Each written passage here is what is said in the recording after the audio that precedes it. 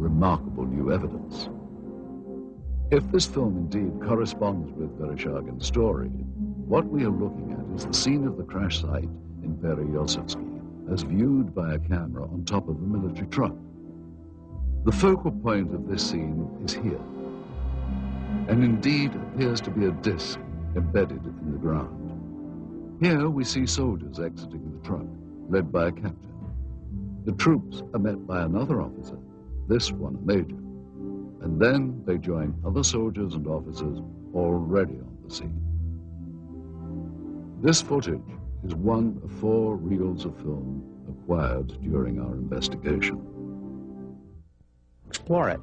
This film footage certainly seems to depict interest by Russian military personnel in the object that is seen sticking out of the ground.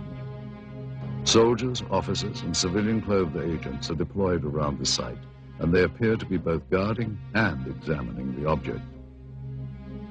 This is what we found on one of the 4 reels of film obtained in Russia. After viewing the footage, we were able to determine that it was most likely shot with 2 separate cameras, one apparently a handheld camera, which starts out on the approaching truck, and a second one seen here on a tripod. As the soldiers march past, you can see the cameraman turn to follow the troops. Here we cut to the other angle, the point of view from the tripod camera. And here you see the handheld camera as the truck pulls up. Both cameras change vantage points several times during the film, as if to get better views or perhaps under orders of a superior. From this angle, we see yet more troops arrive. Author Veniamin Vereshchagin described... Знаете, в дальнейшем события приняли более такой масштабный характер. По просьбе КГБ были привлечены... On the KGB request, the Soviet army... And here you see the man who is probably the head KGB agent directing the cameraman to point his camera toward the disc. A total of almost 1,200 feet of negative were recovered just on this crash site. It is possible that more film was shot, but this is all that we were able to obtain.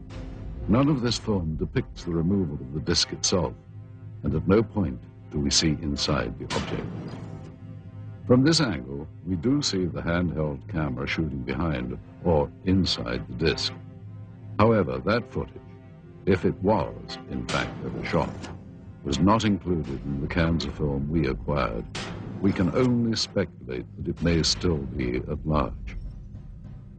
We must also speculate on how the object ended up here, based on information from where did this object come from and how did it come to crash here? And more importantly, what has happened to it since?